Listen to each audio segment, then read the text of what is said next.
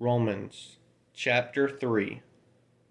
Then what advantage has the Jew, or what is the value of circumcision? Much in every way. To begin with, the Jews were entrusted with the oracles of God. What if some were unfaithful? Does their faithlessness nullify the faithfulness of God? By no means. Let God be true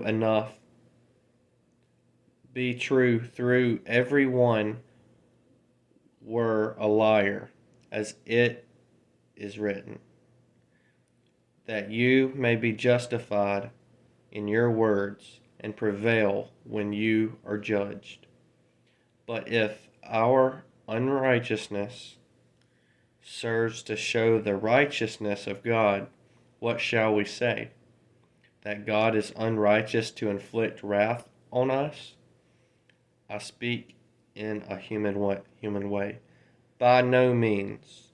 For then how could God judge the word? But if through my lie God's truth abounds to his glory, why am I still being condemned as a sinner? And why not do evil that good may come?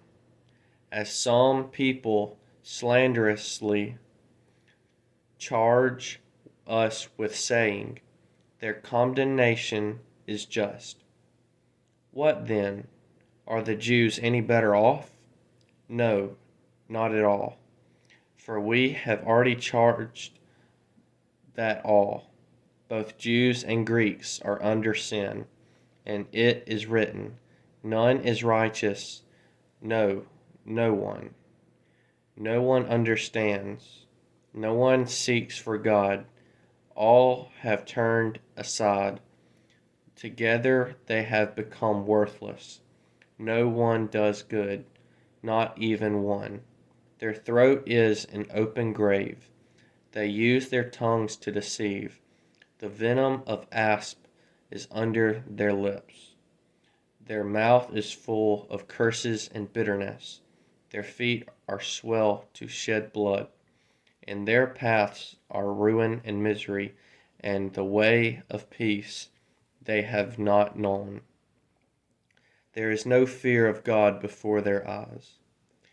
Now we know that whatever the law says, it speaks to those who are under the law, so that every mouth may be stopped, and the whole world may be held accountable to God.